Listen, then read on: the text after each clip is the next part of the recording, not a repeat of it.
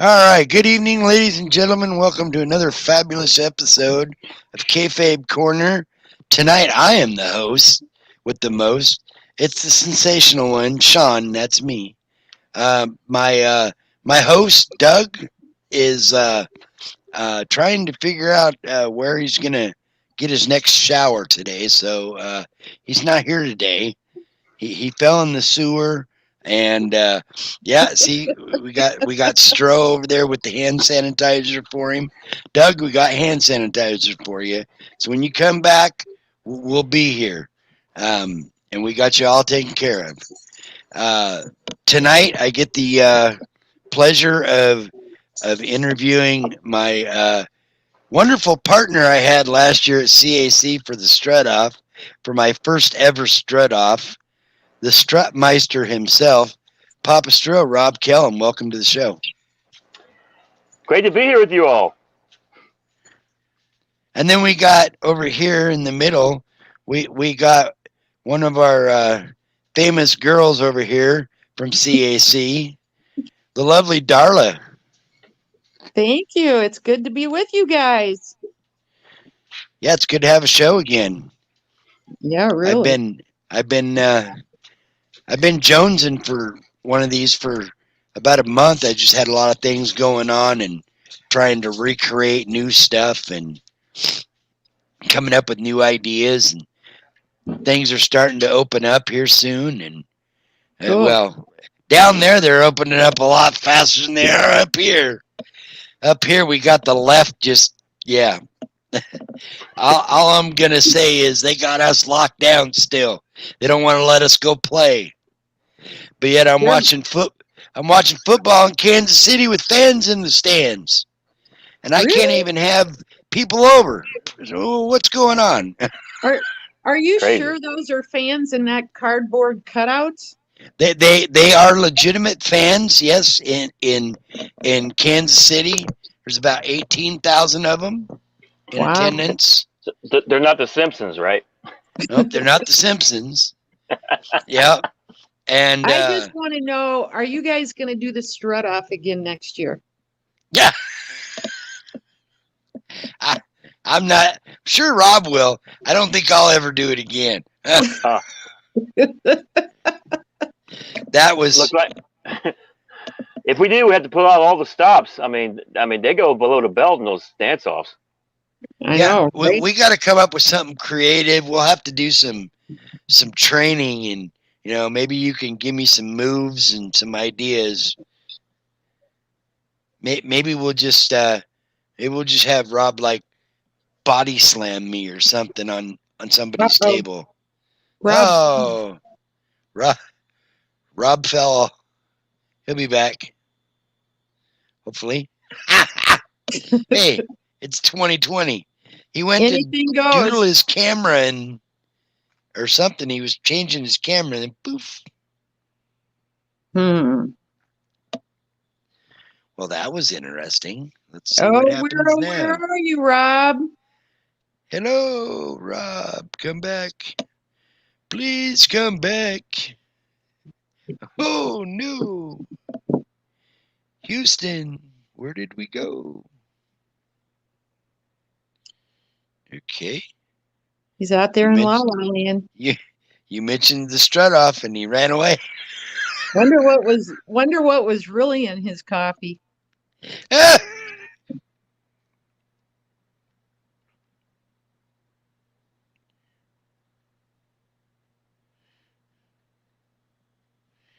Let's see.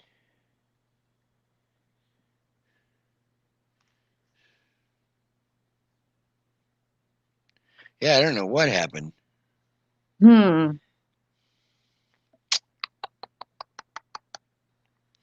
there it is. Oh, I'm back. Technical difficulties. Yeah, maybe he went to do the strut off without us. Yeah, I thought the judges was already going to kick me out before I even start. All right, so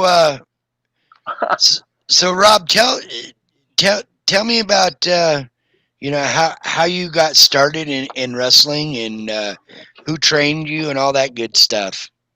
Oh man, what a journey.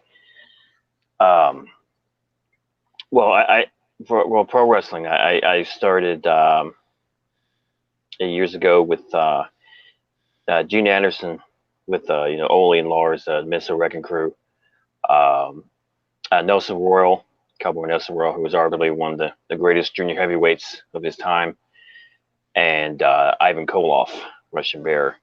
And it turned out Gene, Nelson, and Ivan's schools were all coincided in Charlotte, North Carolina, right?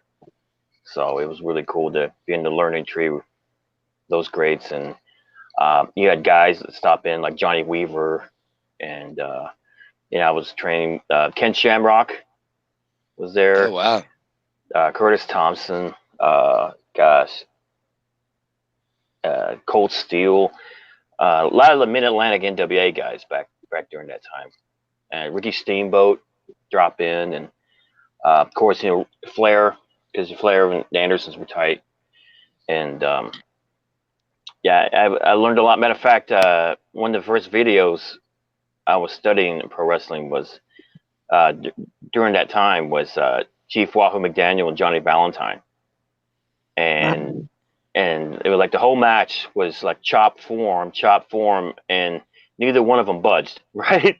And finally the comeback was Wahoo just kept chopping, and Johnny Valentine dropped to his knee and started twitching, and like the whole place went crazy, and that was taught me the first signs of like ring psychology and how to tell a story in the ring. And so and it was cool because Nelson Royal was good friends with Stu Hart up in Calgary, and that's how later I got to break the ice with the Harts. With Oh wow! Brett, Nolan, everybody. So that was really cool. So yeah, it was really good. I was going to college actually at the same time, collegiate wrestling, while I was training to be pro, right? And of course, I was kind of keeping it on the download on when I was wrestling collegiately, because how they are about professional sports, right? But during that time, I couldn't gain a pound or gain weight to save my life, because anybody knows anything about amateur wrestling, you train like a track star.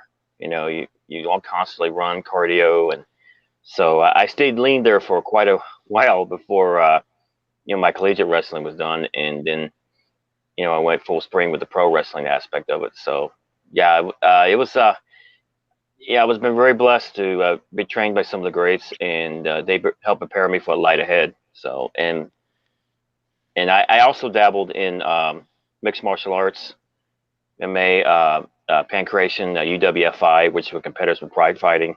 Trained with those guys, and in turn, I got to meet Dan Severn, who Wow. he just got back from Russia, I believe, doing sambo style wrestling. And that was when Gary Arbart was live doing the thing. Vader was showing up from time to time, doing some MMA bouts there, which that's when I first met Vader. So and later on, funny story. Later on, I've been wrestling for wrestling for a few years later. I was in the show in Evansville, Indiana, right? And it was like during the bit where he was feuding Hogan, right, for the title, the WCW title, and I was in the match in Evansville doing the Gorgeous George III bit, right? And he ran in on my match, right, like he did like others before. He has to build up for his title match with Hogan, get the heat, and he came towards me, and I should have learned from Shawn Michaels and Sting to cover up on those Vader forearms, man, because it'll hit you like a ton of bricks. And I'm thinking, well, I'm old school. I'm gonna put my hands up. I'll take it, right? One shot, boom. I'm seeing like rings of Saturn, Tweety birds all over the place, and the other ham hock was coming towards me, and I knew if he hit me with that second shot, he was going to break my jaw, right? So I wasn't trying to be a jerk, but I was just trying to save what was left of my face. So I dusted it, kicked him right between the legs. He buckled up. I double legged him.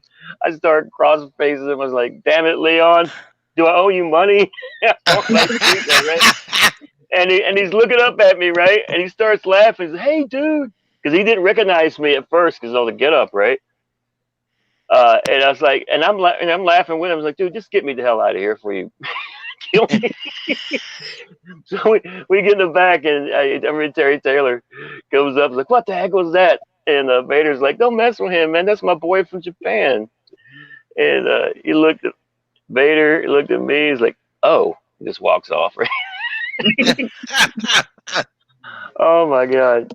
But yeah, let's rewind a little bit. But yeah. It's been really blessed to, not only the trainers I mentioned, but later on work with some of the greats 30 years, like Jerry the King Lawler, Jake the Snake Roberts, what have you, Rock and Roll Express, Tracy Smothers. I mean, the list goes on, and to travel the world and just wrestle in the organizations that I did. I mean, everything was a great learning experience for me. And I was wrestling independently for a couple of years, and even then, first starting out, some of my first matches with like Ivan Koloff, Chief Wahoo McDaniel. I was tagging with Jimmy Garvin, gorgeous Jimmy Garvin. And I remember my first match with Wahoo McDaniel, right? And it was so cool because he was one of the guys, like I mentioned earlier, that I studied, right? And man, he would chop you so hard. I mean, your chest would feel like hamburger meat by the time the night was up, right? And we were going at it, right? And during the match, I picked him up in a vertical suplex. And Chief Wahoo was no little guy. He's No. on, right? And after our match, which we did had a pretty good match, right? Our first time out, and I'm sitting there unlacing my boots. After the match, he comes up, sits down beside me, shakes his head, and he said, "You know what? I haven't been picked up like that since Harley Race." And that's how we broke the ice. That's how we got to be friends. And traveling with him, he would tell me all these stories about him and Dick Murdoch and Harley Race and even like Japan and even a few Vader stories and all that. And riding with him, right, was crazy because he was flying down the road. I mean, and he was like having a bottle of beer every couple of seconds, and I'm laughing with him at the same time. I'm sweating because I'm seeing the radar detector going crazy, right? But we somehow we made it to our destinations, all right. But never a dull and, moment. Wahoo, man, I miss him. and I've heard those, the stories of back in those days, like in Mid Atlantic and Florida, and some of the runs they would have to do. And I've heard that all of them, Flair, Wahoo, all those guys, Piper used to tell stories. They'd be doing 90 miles an hour down the roads in the snow and Yeah. ice and shit. And I'm like, what? And they're like, oh yeah. I mean, how we survived some of the road trips. You didn't know there from was no speed spot. limit back then? A lot of us didn't. No, they didn't. It was just go. Yep. Oh my gosh, yeah. Oh man, Wahoo's great, man. He taught me how to chop and knee drop, and he showed me the same methods he showed Flair, right? And that's between that and my being the grand uncle of the Gorgeous George. That's how Rick and I broke the ice together later on. Funny story. I think I've told you this story earlier today. I first met Ric Flair and Blackjack Mulligan at a convenience store years ago, right? And they just got their wrestling event, and they were getting some drinks to head to the next town. So I helped them carry the drinks to their vehicle so they can get on the road, right? Well, years later that I've started wrestling the business, we meet up, and they actually remembered that time a while back where I helped them with the drinks, and they bought me a drink after the show that night. that was really cool. So I have a question for you. Whoops. Go ahead. Oh, go ahead. So, what was your most memorable match, and who was that opponent? Oh my gosh, I've had so many through the years. I know it was really cool being at AAA Mexico. It's like the equivalent to WrestleMania, right? I was Mm-hmm. part of a big tag match going there, and now Jake, Jake the Snake, and I, who's like still one of my best friends to this day, we were teaming together, and they got the Rudos, the heel villains, and the Technicos, the baby faces, right? And we were wrestling Cibernetico, legendary Paraguayo, and Octagon, and oh man, what a match that was! I mean, it was just the pageantry was great because they had like valets that would dress up like your gimmick coming to the ring, right? Mm-hmm. And they put me with this a manager guy who looked like Elton John because I was doing Wow. the whole gorgeous George thing, right? And yeah, it was really cool. I mean, it was really, I mean, God, it's great. And you know, being in Mexico and a big uh, main event like that, and you got Japan, you got 65,000 plus, the Egg Dome in Tokyo, you got Mid South Coliseum in Memphis. Jerry the King Lawler had some great matches with him, and teaming with Wafel Tommy Rich with PG-13. Uh, uh, Ronnie Garvin had some good matches with Ronnie Garvin, Hands of Stone. Teaming with Greg the Hammer Valentine was always really cool. Um, Rob Van Dam had some great matches with Rob Van Dam. Yeah, he took a lot of abuse for me, but he took it like a champ. Did, did you see? Did you see Rob the other night on the con? Yep. He just sitting there just blazing away, man, and talking, and they weren't saying nothing. But yet earlier in the show they were talking about how this is a family show and whatnot, and then they're showing Rob Van Dam just blazing joint after joint in his room, and I'm like, all right, don't talk That's about Rob, family man. show now. Oh my But yeah, God, that's it Rob. takes it takes a lot to get him upset. I tell you, I used to call him the rubber band man because he could do anything. I remember one time in the match having a Boston Crab, and his body just kept going and bending, right?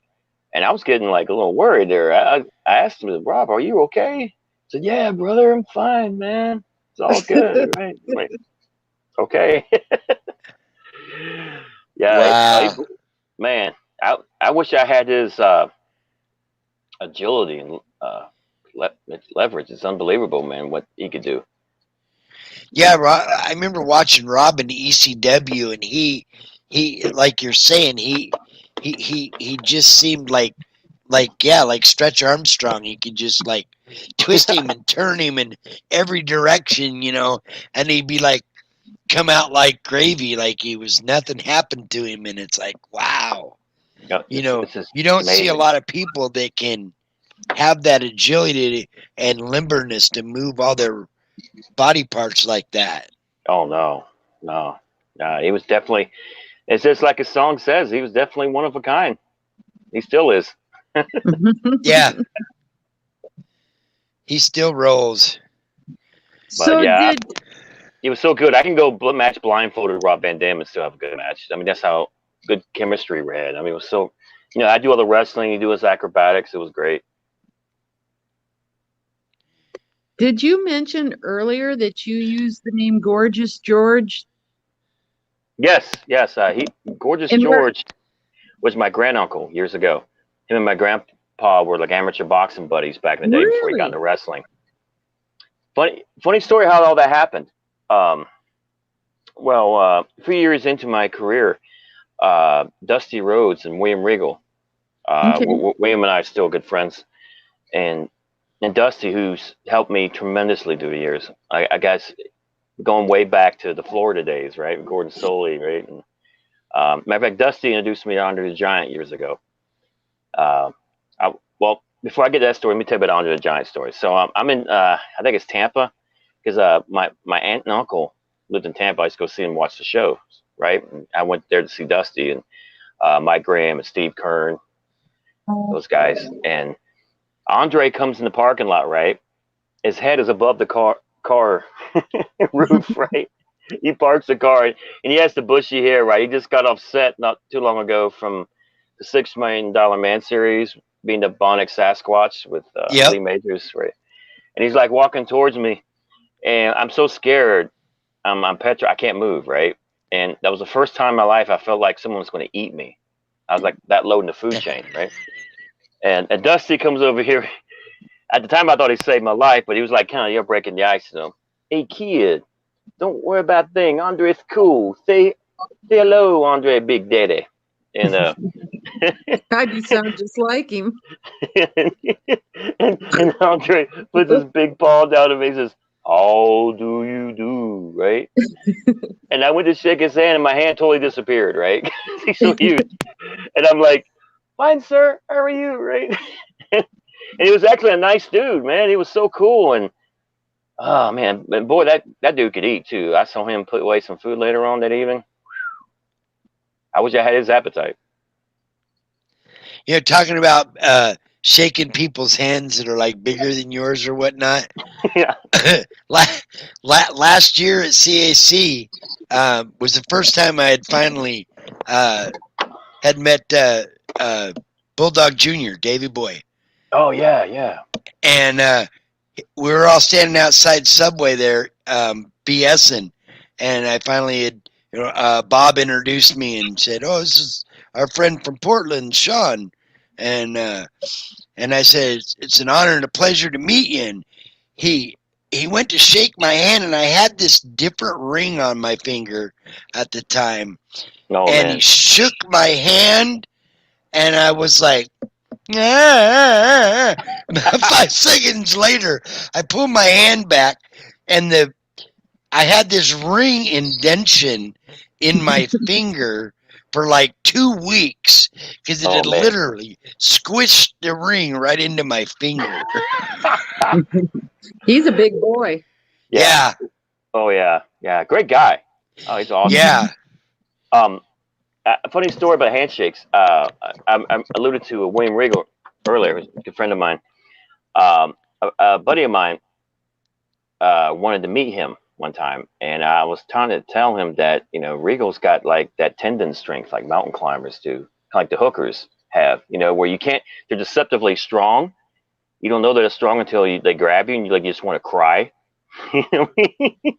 Like the mountain climbers, they can balance themselves on just a few fingers because they got that tendon strength. Yeah. Well, I introduced him to Regal, right? Regal shakes his hand, and as he's shaking his hand, he's like turning to me. He's like, "Oh my God, you're right. Oh, he's going to squeeze my hand off." Oh, well, fast forward. I was going to tell you about the gorgeous store thing, right? So Dusty and Regal kept saying that my style and my, the way I would do things in the ring would remind him a lot of the original Gorgeous George, right? So finally, I went to my grandpa one day. I was like, telling him the situation. Like, I'm getting all this feedback about Gorgeous George. And stops and looks at me, right? And he says, "You didn't know?" And I'm laughing, like, "No what, Grandpa?"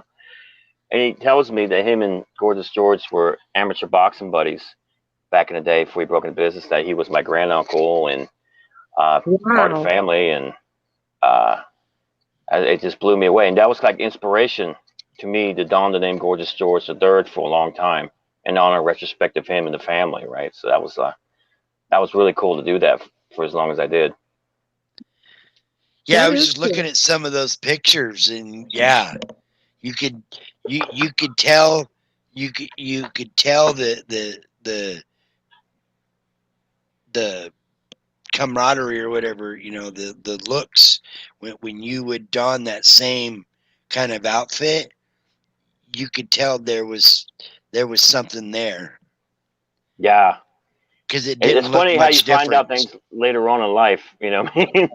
Yeah, it, it's crazy. So, but I did I that for a never long knew time. that. Oh, go ahead. I think next year at CAC, I want to see you with bobby pins in your hair, and then I want you to throw them out at us. Okay, great. Fantastic. I think I still got some in the closet. Blow the Do dust you? off of them, but yeah, awesome. that'd be great. Yeah, there you go. It's a new strut off. Just start throwing Yeah. Oh bobby my pins at God. each other. Had Matter of people fact, in the I was strut going off. to Stewards of Durban. I was teaming with Greg Valentine, and we Oh, both had really? robes on and everything. That was really cool. Yeah. I Oh, think had that'd some be good. great for the strut off. Yeah.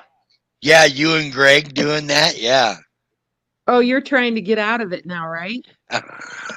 Hey, I Greg don't know if you win the Valentine strut is. off. I might have to pull a flare and wear Speedos underneath the robe or something. the, the way the judges have been the past few years. Yeah. There you go. Poor Rob Well, had no idea what he was getting himself into last year when he agreed to that. Oh my God. Oh, it was You, you, crazy. you got set up, man. Oh yeah. Story of my life. he, he set I'm always he being set set you up. up hard. Mm. My life's been one big rib. so who set him up for that? His partner. Yeah. That would be you, No, right?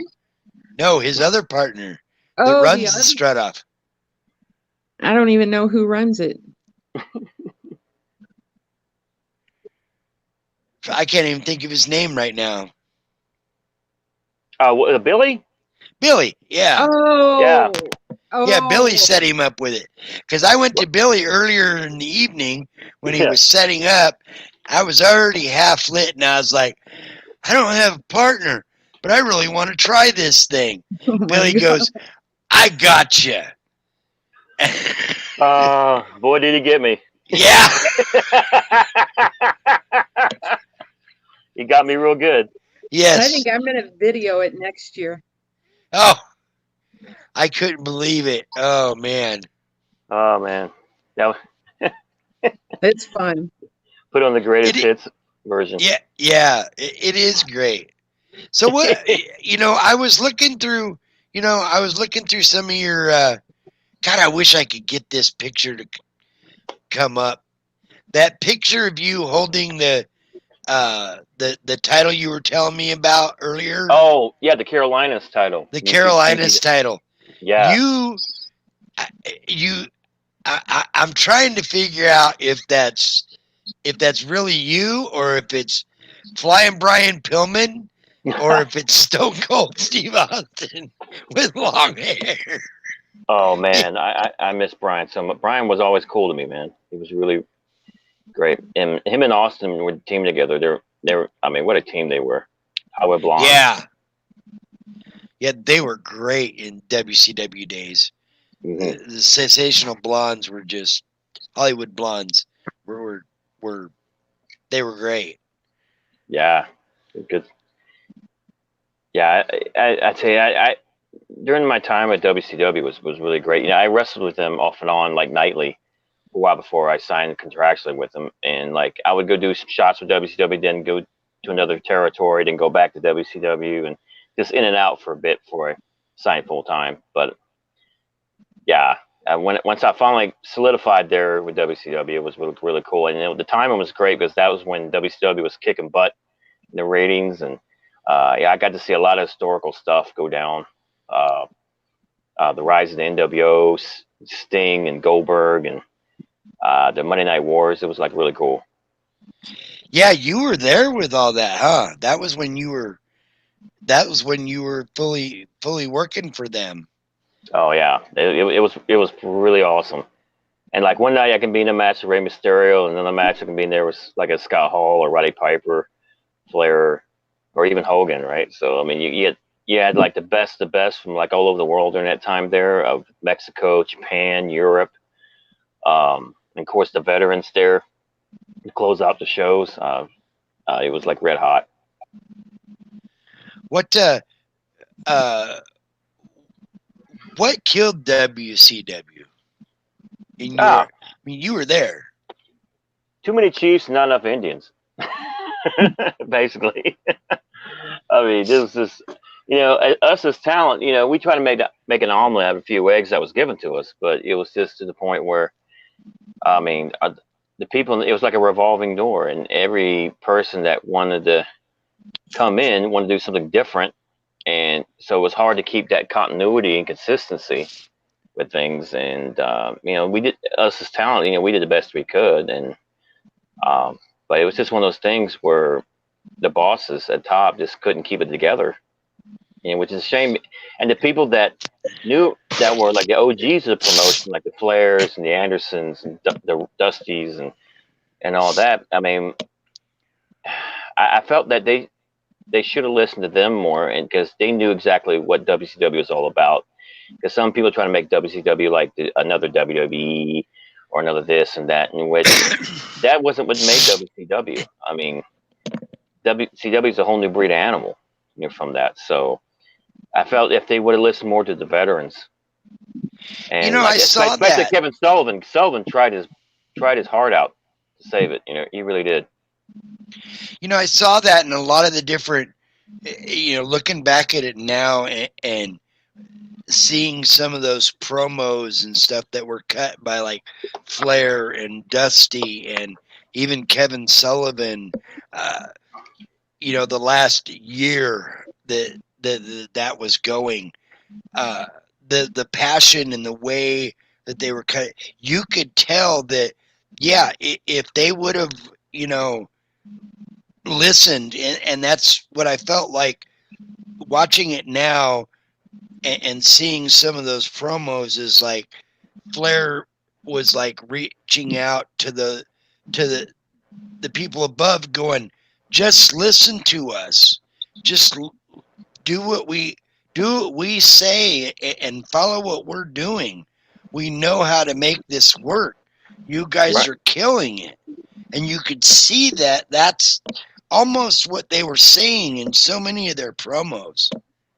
And all these guys have made money for all these years in other places. You would think they would listen to the moneymakers. You know what I mean?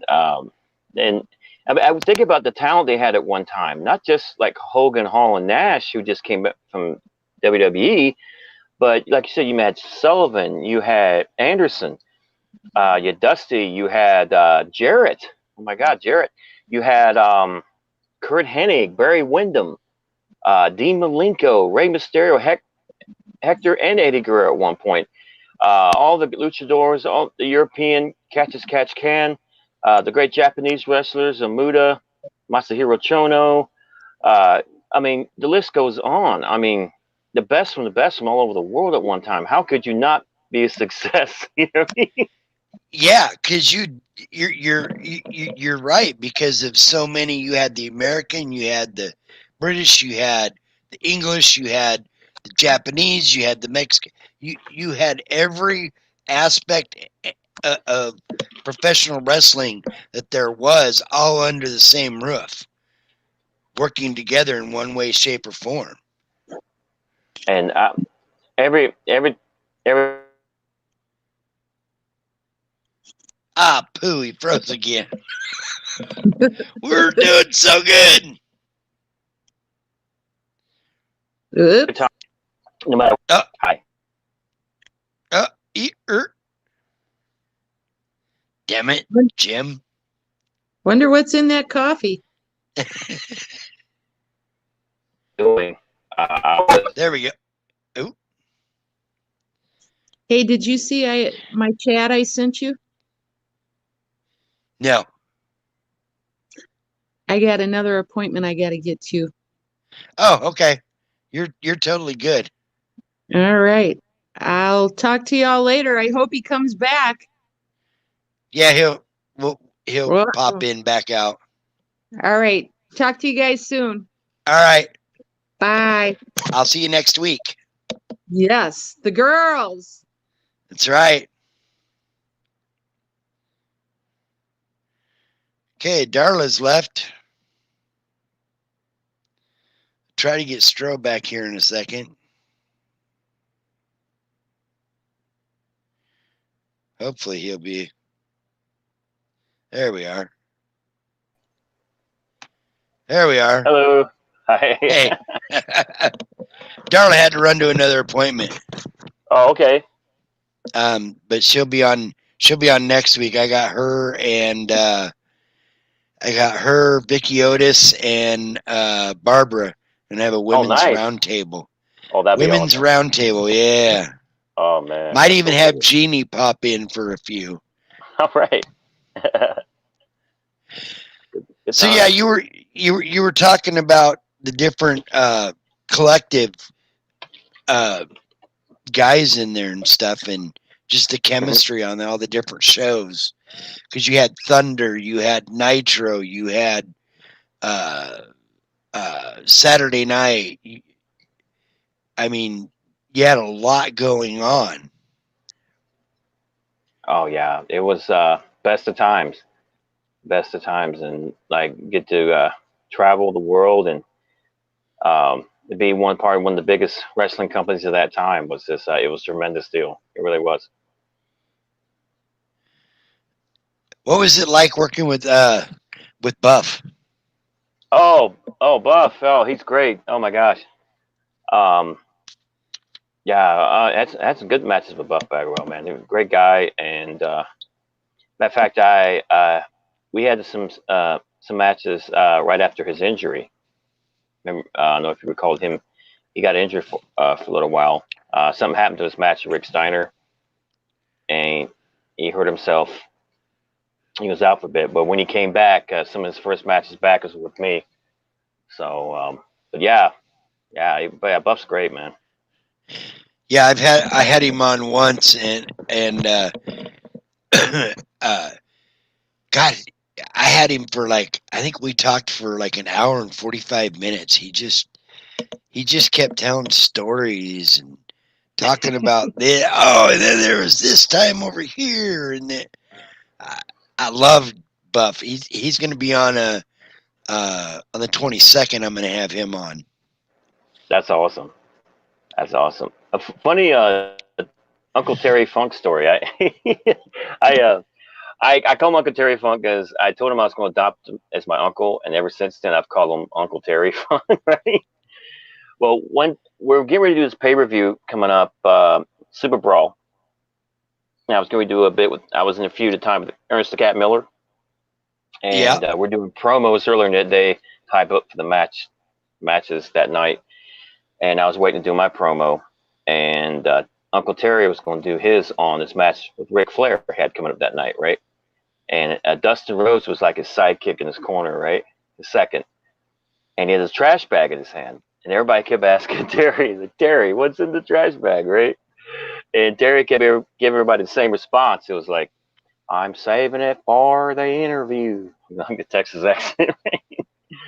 So the camera starts, right? Terry reaches into that bag and pulls out this rancid dead chicken, supposedly from this rancid Texas. Oh, it was god awful. I don't know how he got Oh. the damn thing on the plane, right? So he put the chicken next to the camera and he says, You see this chicken? I shall now compare its anatomy to that of one Ric Flair. See these skinny legs? These are the legs of Ric Flair. See this beak? This is the schnoz of Ric Flair. And I'm going to grab Ric Flair by the neck. And he's grabbing the chicken as he's saying this, right? And I'm going to whip him like the dog that he is. He's beating the chicken on the ground. Feathers flying everywhere. I spit up my water bottle. The cameraman chicken, the whole joint is howling laughing right at this point. We're dying, you know. Later on that night, after the show, they put us up in a nice hotel, right? And I'm pulling up the hotel, and the bag boy usually gets the luggage, what have you, back into the hotel, right? But he this time around, he's like walking around the parking lot like he's lost with the same trash bag Uncle Terry had earlier in the evening. So I was curious, right? I go to him and says, "Kid, are you right? What's wrong?" And he says, "Some old man gave me this dead chicken, and I don't know what to do with it." Terry. Oh no. Oh, I love Oh, Terry, man. oh, that's great. Uh, uh, the first time I actually met Terry a few years ago at CAC, and got close to him. We were riding up the elevator, me and my buddy that um, does shoots videos and stuff, and we were going up to I think to one of the dinners or whatever, and my buddy goes, hey Terry, can I get a picture? And he goes, so you're the guy that asked for the picture on the escalator. And they took a selfie on the escalator. Ah, nice. Yeah, it was Oh, great, those man. guys, he's great. Good Yeah, times, man. hopefully Oh my he'll be God. able to come out in April. Yeah, yeah, that'd be great. I hope so. I know he Oh was man, having a good bout times. for a while. I know Rob Feinstein was supposed to be going down to the ranch and doing a virtual signing with him, but I haven't heard Nice. anything more. That Terry was about a Funk and month Pepper ago. Martin were inspirations for me to do that crossover into the acting. Because see, I was in theater for a while before I, got into wrestling, right? And but seeing Uncle Terry do his thing with acting, and Pepper Martin was inspiration for me to go into acting, which I'm doing now too. So that those were early inspirations. He was one of my early inspirations to do the crossover. Yeah, his Roadhouse was just classic. Oh yeah, I, love I, Roadhouse. Roadhouse. I watch that movie all the time, man, and I can't get enough of that movie. Oh man, you had Uncle Terry in there. You had Sam Elliott and Patrick Swayze. Man, what a cast! Yeah, yeah.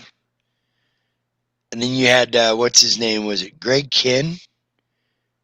Yeah, Was it Greg? Yeah, Greg Kinn. That was the singer. Yeah, yeah, man. not bad for a blind man. Yeah. Oh man, what a classic! Yeah. So, tell me a little bit about your acting stuff. I know Oh you've been man, in a couple of movies and stuff, and yeah. I was quite a few. I was One Tree Hill, the series One Tree Hill. Did a couple cameos there. Secrets and Lies on the ABC. Good Behavior on TNT. Um, I did a movie with Bill Goldberg actually for years ago called Checkpoint. It's an action military film. All-star cast. Bill and I were in it. Kenny Johnson was in it, who's now on the SWAT series on CBS. William Forsythe was in it. Fred Williamson. Like I said, it's just all-star cast, that Checkpoint movie. And currently, I'm in the Dust series, the Supernatural series, on the Veil TV at theveilfilms.com, which is syndicated through Roku, Apple TV, and Amazon Fire, where I star as the chief in that. Um, I got a movie on set soon called The Harlequin origin story called The Devil's Daughter, which I'll be portraying Dr. Jeremy Arkham, who runs the Arkham Asylum. right And on, perfect fit for yeah, you. so if you're a Batman fan, you'll see a lot of Batman characters and Easter eggs implemented in this film. And Nice. I just shot some scenes for an upcoming horror movie that I will be in starting next year, uh, called Stench of Iniquity, which I'll be portraying an ancient vampire named Abba in that movie. And that it's called Stench of Iniquity, and the Facebook page, we can check out more updates for that. It's facebook.com/stench of iniquity. So, Okay. and I also do my own horror sci-fi show every Friday night on my facebook.com/stro the maestro, called the Stro Zone, where I feature different horror and sci-fi flicks from back in the day. So that's always really cool. Oh wow, what do you stream them and then just talk about them or what? Or Yeah, I kind of do the introductions. I all right introduce, on. do the intros, and then like lead into the feature, link to the feature, and everything. So I got my home mystique, horror mystique that I do. So Nice. it's always a lot of fun. So what was it like with Jimmy Cornette and Smoky Mountain? Oh, tremendous. Jim Cornette, Ricky and Robert, Bobby Eaton was really a big help too. Stan Lane, Tom Pritchard, Robert Fuller, which a lot of these guys I ended up working with later in WCW, was really cool. So yeah, it was like I'd wrestled independently, the Indies, a few years prior to being Smoky Mountain Wrestling. So, but Smoky Mountain Wrestling was kind of like my first like territory, right? Right. And it was great because it was at the time it was a liaison between WCW and WWE, right? Because they would pull talent from Smoky Mountain, Yep. and it was like the intermediate between. So it was really good time to be a part of Smoky Mountain Wrestling. So I mean, that's Kevin Sullivan was there, uh, Brian Clark, Adam Bomb, Adam Bomb. Yep. yeah, Brian Lee, Al Snow, Unabomber, aka Kane. Oh yeah, that's right. Yeah. I Chris forgot he Jericho, was the the land. Unabomber. That's right. Chris Chris Jericho and Lance Jericho, the Storm, the Lion Thrill Tamer. Seekers. Yeah, the Thrill Seekers. We used Yeah. to crack on each other, Chris and I did. Oh, Chris is so much fun. He's hilarious. He used to crack on me like he called me Baby Steiner because I had the amateur wrestling medals, right? And then I'd come back on him. I was like, yeah, I remember you and Lance and the teeny bopper underwear and the the little girls cheers for you called the Thrill Seekers. His face gets so red, like, shut up, that's not funny, shut up. Oh, And he's hilarious, right? Because his email actually used to be his alter ego because he had an alter ego with Fozzy, right? right. And his email legitly said Mongoose McQueen.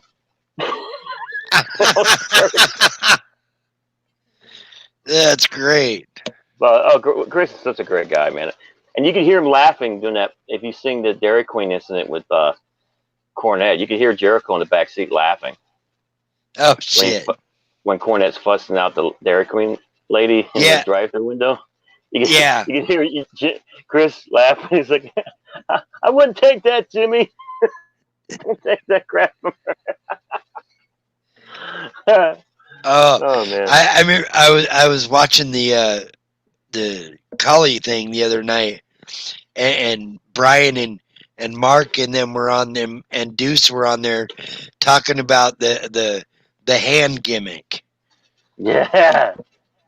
The hand. Were you on there when they were talking about that? I, I remember. Yeah, I remember it. I remember the incident. Yeah, the hand. And Mark's talking about, yeah, what people never did see was during when we were shooting that, you got Jerry in the corner running off to the side to the nearest garbage can because he had the weakest stomach in the business. And as soon as that slime and shit came out, Jerry was in the corner hurling his guts out for 10 Oh my minutes in the god. garbage can. Ah. That's Jerry's crazy, going, man. that was not funny. That was some nasty shit. Speaking of Jerry, 50-year anniversary in the wrestling business he celebrated recently. Yeah. Yeah. Unreal, man. Yeah.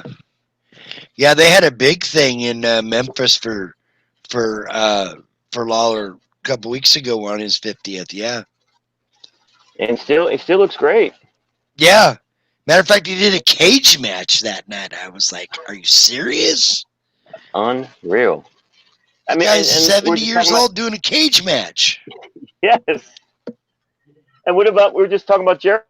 Look at him doing his thing. He's like the biggest star now in AEW. He's Oh, still yeah. doing it. One of my buddies is there's head of security and does a lot of the production stuff there. I met him when he was with TNA.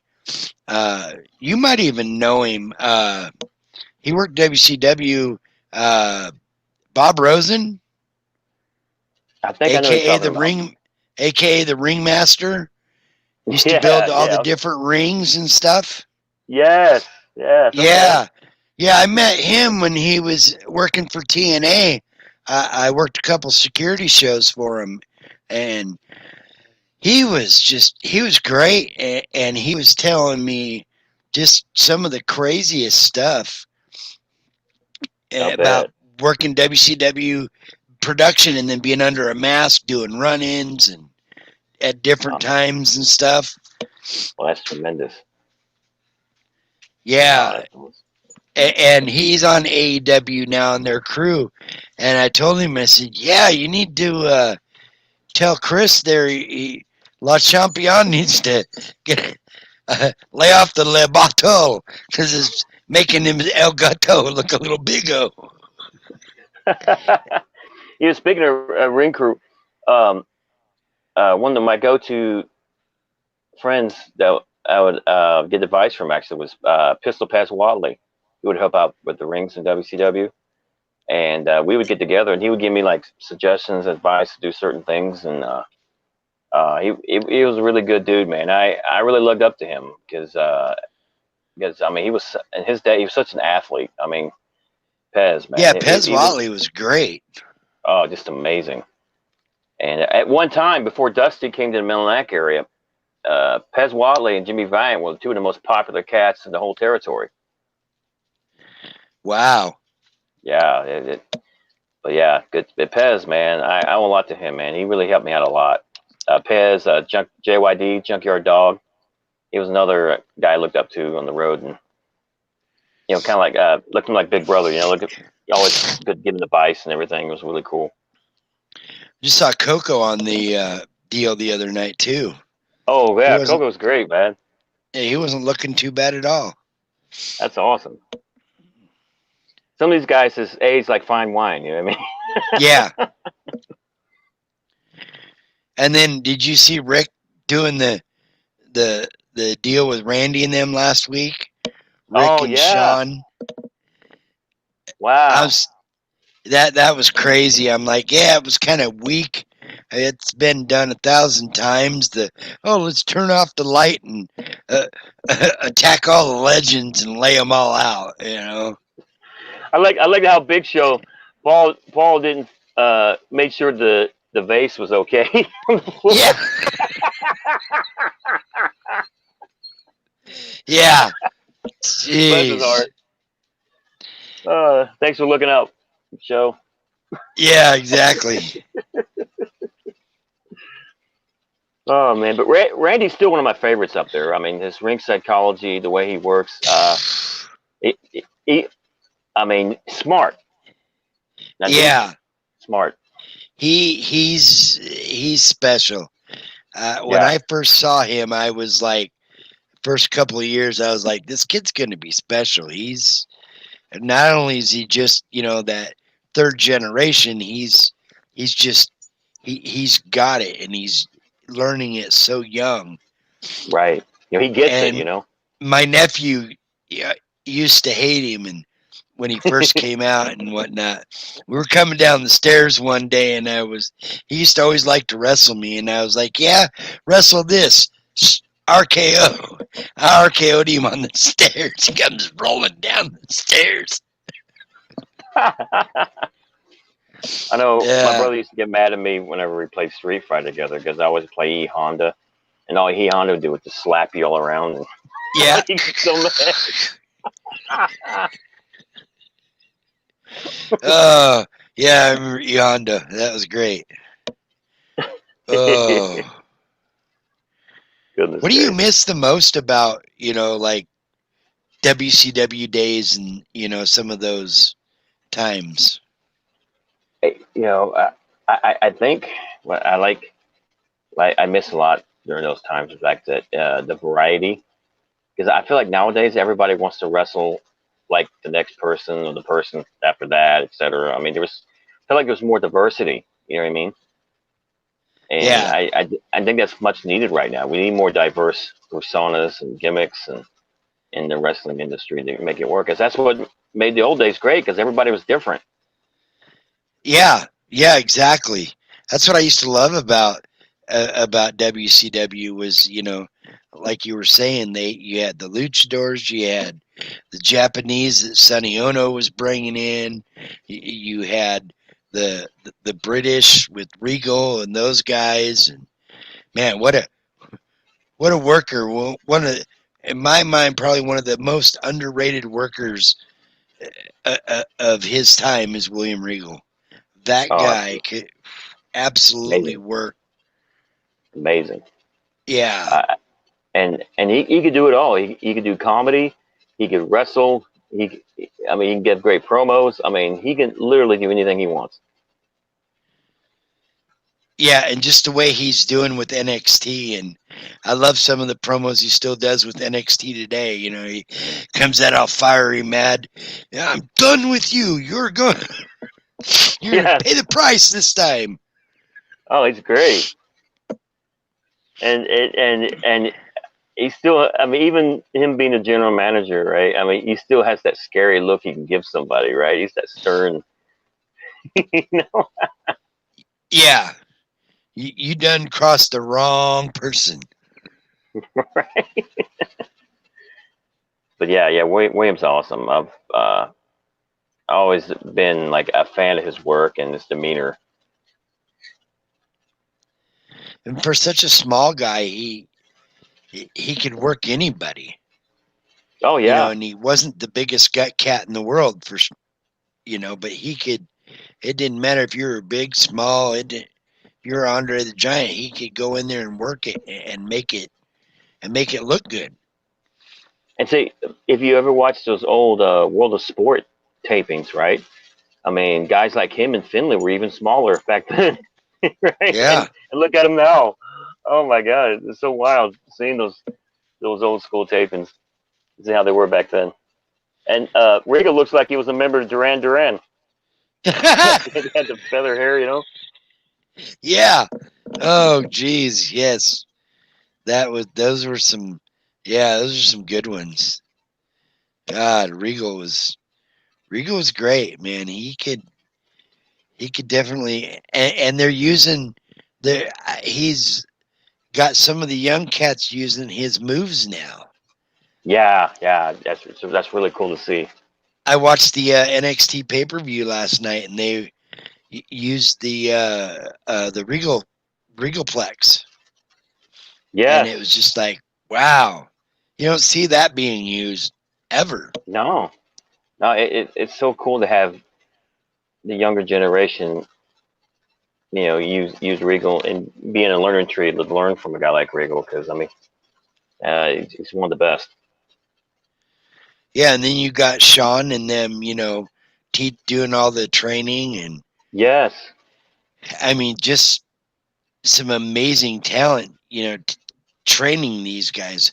Hopefully, it'll start making a better product in return. and along those lines, I have to say, last night's match with Finn Balor and Kyle O'Reilly was very hard fought, and bravo to those brothers, man. They left it all in the ring last night. It was a Yeah, really great that match. was I really enjoyed it. we're going. Man, are they ever going to end this thing? Yeah, they put some time in that one. Yeah, I mean, I think they went like 40 minutes. Oh It wow, it was a minute. Yeah, they went quite a while. tremendous! And Probably one of the best yeah, matches main events I've seen there in quite a while. yeah, exactly. I was saying the same thing. I was like, wow, that's one of the better main events I've seen in a while. Just awesome. And then I guess Balor might have broke his jaw from that. I was I was wondering there for a minute because after that watching that match, I was sore. Given how hard fought that Yeah, match I was. mean, both those guys were legit busted open. Hmm. I love NXT. I mean, those guys and gals are just amazing to watch. That's the one thing that I can say that I think is still lacking yet, and yet they're only, like my nephew was saying, they've only been a year, so you can't really put much into downplaying what they've got. But I think their women's division in AEW needs a little more something, because they just don't seem to have like what they have with WWE and NXT, especially. Yep, I'm hoping maybe now with like Sheeta and like Thunder Rosa in the mix now, and a few others that will help spark up the energy level with that women's division. Because like you said, I mean, it definitely needs a spark.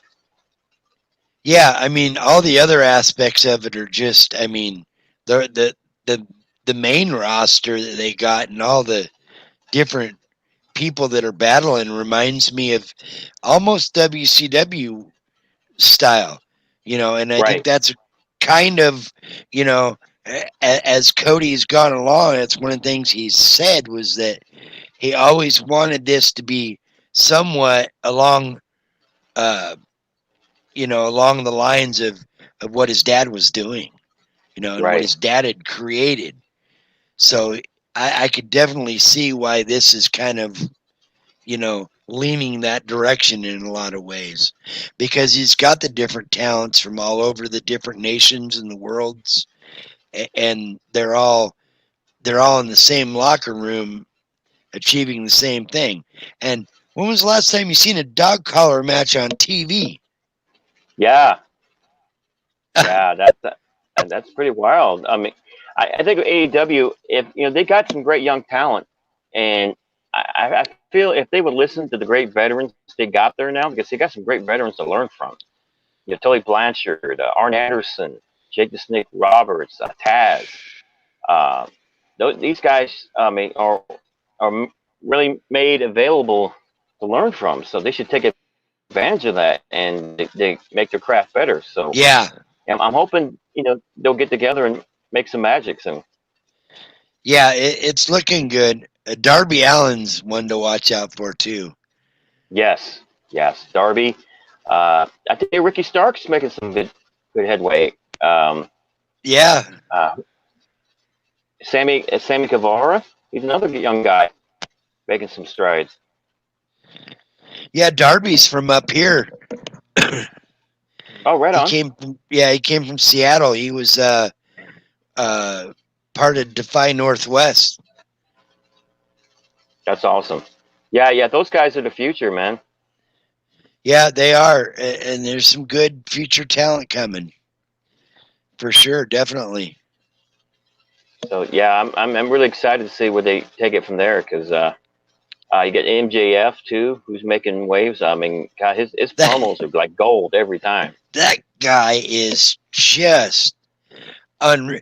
That's Feinstein's nephew.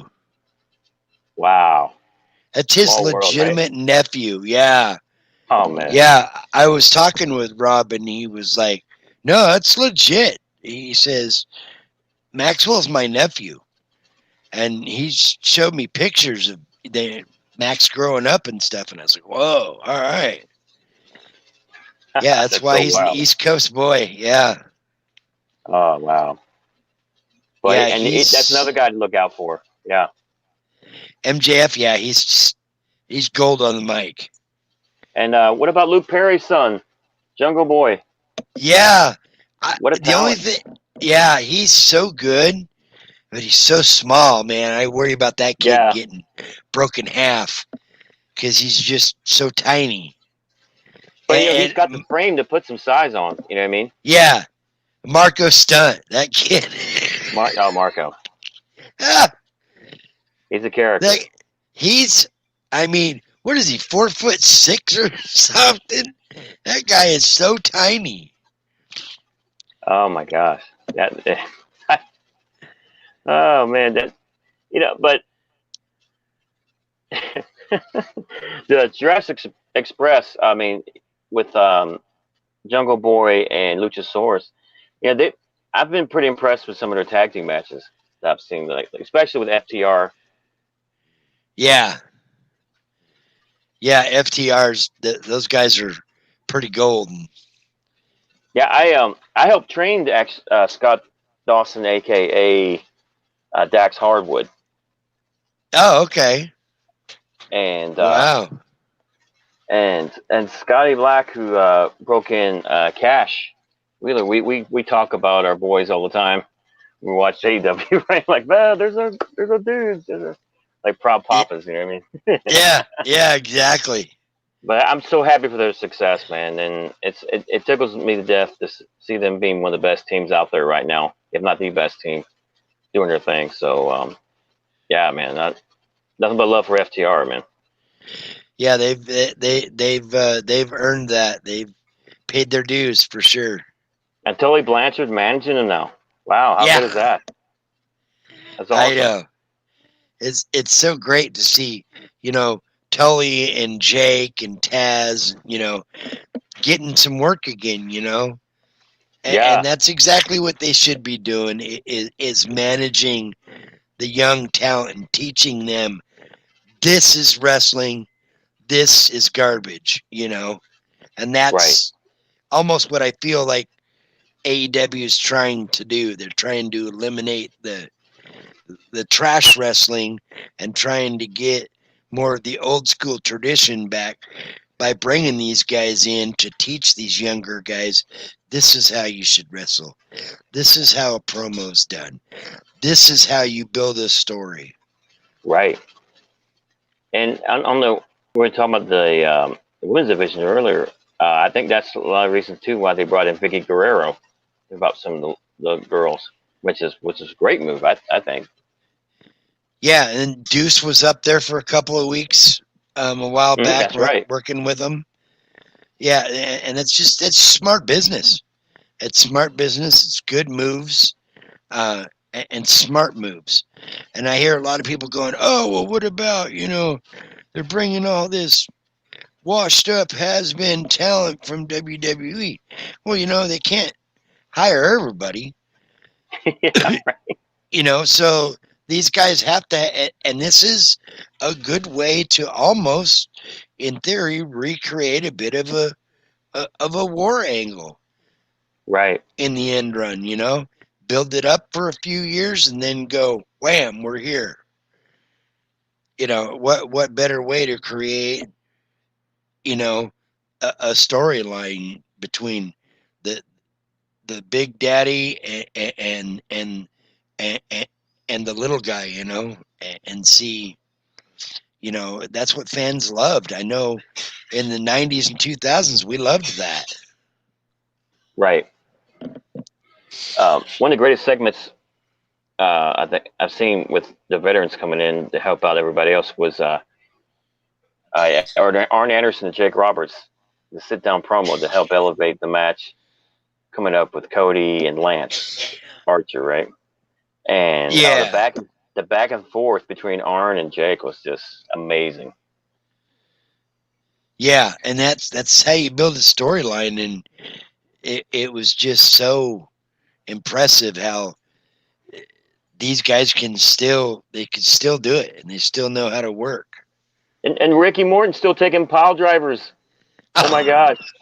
Remember the FTR jumped Ricky and Robert and gave Ricky the pile driver? Like, wow.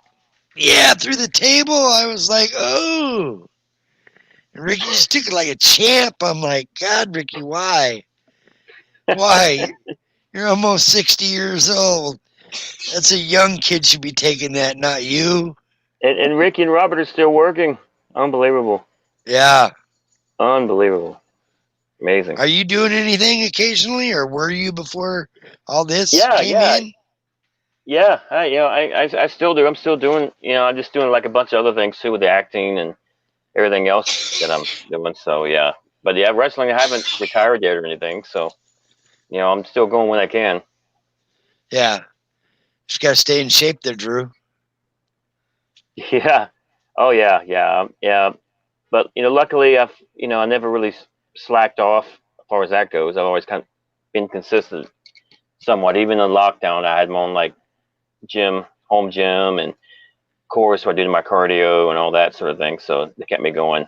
Now my gym's open back up, so that's even better. So it's all Right. good. My regular gym. So Got to keep that Drew McIntyre look going. oh my god, isn't he amazing? That guy. I'm so happy for him, man. Yeah, I just saw the deal that aired after last night on him. The 24. Yeah, That was pretty awesome. he's probably He's one of what my he's paid. yes, he's probably one of my favorites of the newer generation right now. Drew. Yeah. I would say And Drew and like Roman Reigns. And there's another guy that's really coming to his own. yeah, turning heel was, I think, a brilliant move. He had to go heel for a while. I'm really invested in the feud he's got with the Usos right now. I think it's really really cool thus far. Yeah, and I guess we'll see. But apparently, I guess they're building it to where uh, the rumor is that it's going to be Roman and Dwayne at Oh, wouldn't that be 37. something? Wow. The Battle of the Wouldn't that be Oofs. I'm right? like, ugh, yeah, that'd be pretty epic. Yeah. Dwayne seems to get injured every time he comes back in the Oh, ring. yeah. I don't know if he wants to do it again or not. Right. And Yeah, last he time had he a was pretty good in, feud. yeah, and then he tore his quad or his pec the last time he wrestled. Oh man. Still finished the match. God, Uh, unreal. H Unreal. tearing his quad in Saudi Arabia and still finishing the match, Yeah. and then having to fly 18 hours in a plane with a torn quad. Ugh, That's unreal. that had to be painful. Oh God, yeah. I came close to doing that in the match with Balls Mahoney in Cleveland, Ohio years ago. I was a TV champion for Cleveland All Pro, right? And I went to do a Taka Michinoku dive on Balls Mahoney, right? And I knew he was big enough to catch me, right? But some fan ran in between us, and to avoid hitting the fan, I turned my body a certain way, right? Yep. And when I landed, I tore a ligament in my quad, and I was like a three-legged table, right? And the finish was a German suplex, right? And I went to German suplex Mahoney, and it was like the most painful German suplex I ever executed in my entire life. And there for a while, it took a while to heal up, but I was still working hurt, right? And like even if a guy would like run in place in the ring, the vibrations would I could feel go up my leg, right? It was like brutal. Ugh. Yeah. So yeah, but yeah, I know how he feels because I almost it came. I was really close to hurting as bad as he hurt his when that happened. So that's no joke. It really isn't. Yeah, I was talking with uh,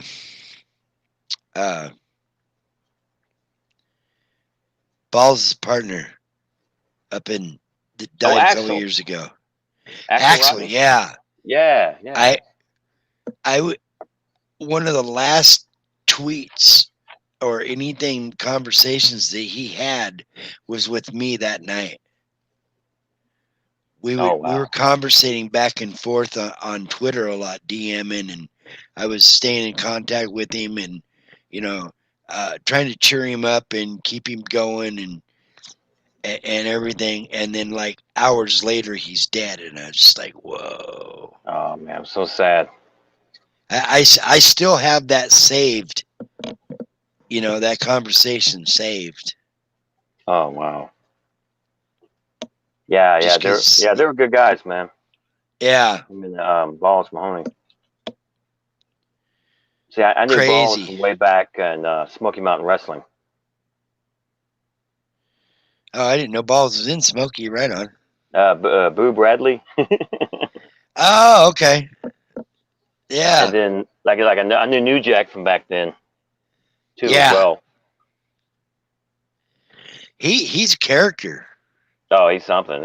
He sure is. But we've always been cool though. We've always been really cool. Yeah, he's hard to.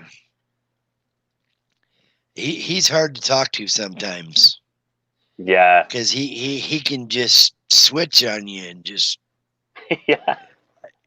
We were conversating one time and all of a sudden it was like he just like left and was like, yeah.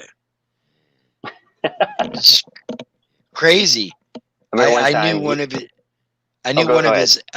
I knew one of his ex-girlfriends that used to book for him and do a lot of stuff. She runs a promotion up here in Tacoma now. Uh huh.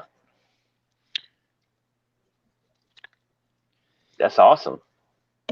Yep. I remember one time he back he was doing like those stage dives, like in ECW, right?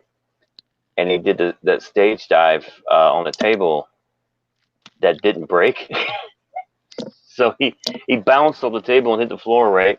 Whenever I was checking on him, right, and he mentioned about something he couldn't feel his leg, and I was like worried. I was like, oh God, right? So I followed him to the hospital that night, and finally, when they let me in to check on him, I went there and see how he was doing, right? And he's laying there, right, and they had drugged him up to kind of help with the pain, right? And he was telling me how fine the nurse looked, right? And I asked him, "Is it gonna be okay?" And it's like, "Hey, you know me, man.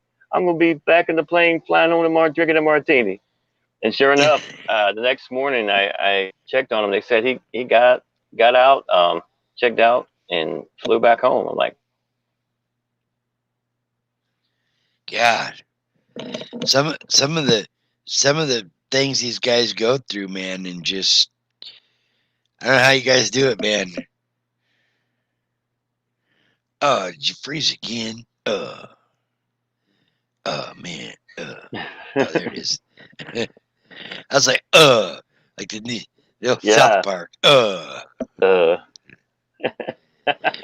You watch South Park or any of those crazy things? yeah. It's actually a South. They made a thing on myself and Dorothy, South Park characters. No way. I'll have to send it to you a good time, man. Yeah, that was kind of cool. They did a Oh, version. They did a version of WCW character, the Maestro, right? And they did one with Papa Stro and Dorothy. oh wow. Yeah, I'll report Nice. it to you. Yeah, that was really cool. Wow. Yeah, I just watched that pandemic special. I about died. Oh, jeez. That Hysterical. that thing was just like wow. I was like that. We buddy of mine, me and him were surprised that we're like, are they gonna ban this shit? Because they they they were getting this is a pretty crazy. Oh, Uh, yeah. uh, that pandemic special was just off the hook. Oh, jeez. That was crazy. I hadn't seen nothing like that in like 20 years. That controversial, you know? Oh, nuts, man. Yeah. Too much. Awesome, man. Well, thanks for coming on and chatting with me, man. Hey, anytime. Thank you for having me. I hope we can do this again soon. Yeah, definitely. We'll have to. Good way to stay in touch, and we'll have to figure out. We're gonna have to figure out some way to take down Chaz. Maybe we'll do a leg sweep or something. Yeah. Yeah. Come with some strategy. Yeah. Where was that from? Leg sweep from nowhere. Like Karate Kid, sweep the leg. Yeah, sweep the leg. Cobra Kai. Right? Yeah. Oh, So man. where can people find you and about your different things you got going on and whatnot? All right. Okay. We'll take a deep breath here. All right. All right. Official website is thestro.com, THESTRO.com. I'm on Facebook at Stro the Maestro, Twitter at @thestro, Instagram at Stro Maestro. Subscribe to my YouTube channel, youtube.com/Stro the Maestro. I'm on Twitch at twitch.tv/RealPapaStro. And email me, stro4ya@yahoo.com. You got it all? Yeah, and also if on podcast wise, I got my podcast every Thursday night at 9 p.m. Eastern Standard Time called WCW Retro. Like talk about the old days. So So do you bring in guests and stuff on that too? On absolutely, yours? absolutely. Matter of fact, this Thursday night special interview will be with Billy Silverman from official WCW. Okay, yeah. Yeah, CAC brother. Absolutely. Yeah. Awesome. Well, it was good talking, bro, and You too, brother. we'll stay in touch and we'll do this again soon. Yeah. Please give everybody my best. I Miss will. you all. Yeah. And hopefully April we'll get to see everybody again. Oh, I can't wait, man. Yeah, me Cannot neither. wait. Hey, get out of here. Yeah, right. Ugh, this lockdown's too much. It's Oh, time to no go to doubt. Vegas. Yes. Yep. Need break. All right, brother. Have a good night. Thanks for Take being care, bro. on. We'll talk Thank you, brother. soon. Take All care, bro. right. You too. Bye.